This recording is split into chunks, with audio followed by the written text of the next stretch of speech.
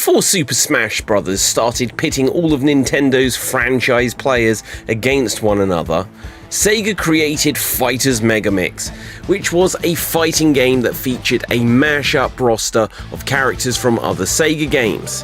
The game primarily featured characters from the Virtua Fighter and Fighting Vipers games, but also had characters from Sonic the Fighters, which was a fighting game based on Sonic the Hedgehog, but never released back in the day, although you can play it on some Sonic collections that came out on like the GameCube and that era of systems. Then there are characters from Virtua Fighter Kids and the Virtua Cop light gun games. Oh, and of course there is a car that you can fight as from Daytona, USA. I'm not even kidding, and it's crazy how much fun that was to unlock back in the day. It was a great idea, but criminally, it never got a sequel. But what it did get was a version on Tiger's handheld wonder, the Tiger GameCom.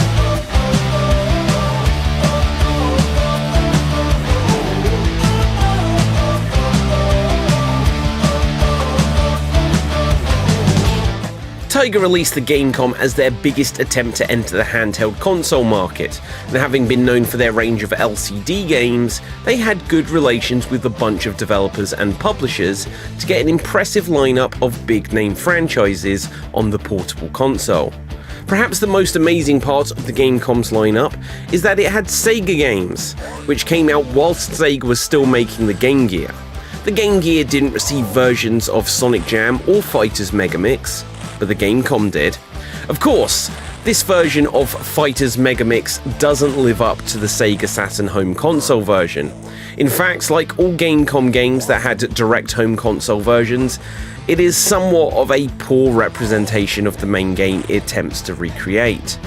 But that isn't to say Fighters MegaMix on the GameCom isn't impressive in ways. It really is. Whilst Nintendo Game Boy games based on home console games would usually be 2D or top-down experiences that took characters and themes of the console game and put them into an original version, Tiger usually tried to recreate the home console version as closely as possible.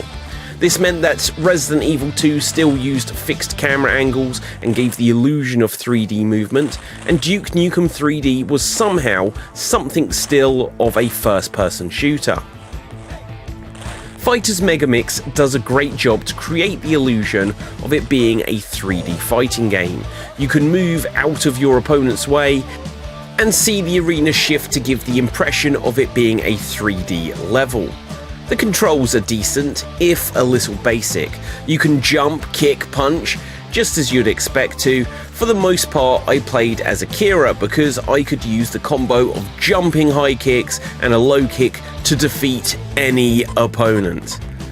Yeah, I get this isn't the best way to play a fighting game, but after a little while of experimentation, I realised the game didn't have a whole lot to offer, and if I just started to lose, I figured, and then I just took the easy route to win. So sue me.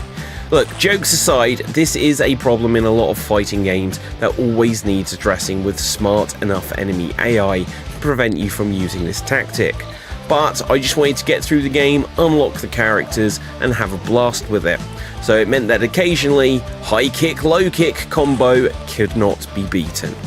The main game sees you choose a path of 6 fights. You can either choose path A, B, C or D, and when you complete one, you unlock a new fighter. The game has around 12 fighters in it, unless there are additional secret characters that aren't hinted at with a blank question mark on the character select screen.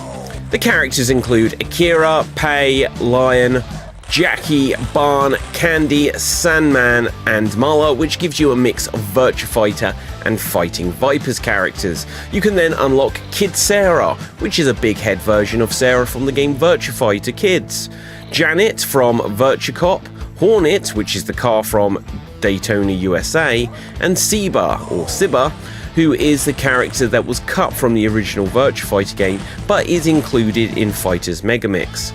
This is a tiny selection when you consider that the Sega Saturn game had 34 playable characters.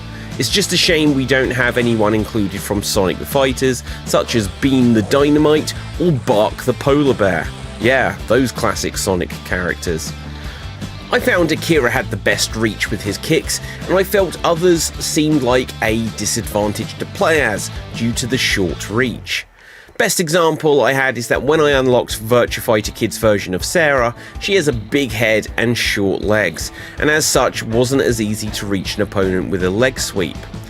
My favourite character to unlock and play as is Hornet from Daytona, USA, and this is just so crazy and fun to play as a car in a fighting game, and is something that we should definitely see in a potential sequel or just in any regular fighting game. There just needs to be a fighting car. The graphics are detailed, and if you're playing on original hardware, I'd suggest playing about with the contrast wheel, as the more detail you have, the harder it is to follow the action because of the GameCom's terrible screen. Look, it has a significant ghosting effect when you play it on the original GameCom. It might be slightly better on the Pocket Pro, but if you want to be able to see this in its full glory, then playing it on a computer will show you what the game was supposed to look like. As well as the main game mode, there is also survival mode, where you get one energy bar and one chance to defeat as many opponents as possible. This gives a high score-like challenge to take on and adds some replay value to the game.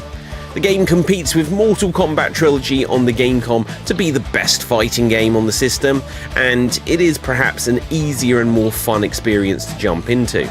For collectors of the system, it is definitely one of my favourite games on the console. But don't go in there expecting it to be as full as an experience as you'd get from the Sega Saturn game. Still, this is Fighter's MegaMix on a handheld, and is actually not bad all things considered. If you get an opportunity to play it, definitely take it up. So that's going to wrap things up for this video here. If you haven't done so already, I'd appreciate if you would smash that subscribe button here on youtube.com/@GeekBattleGaming. As always, you can read the written review version of this on www.xstreamed.tv.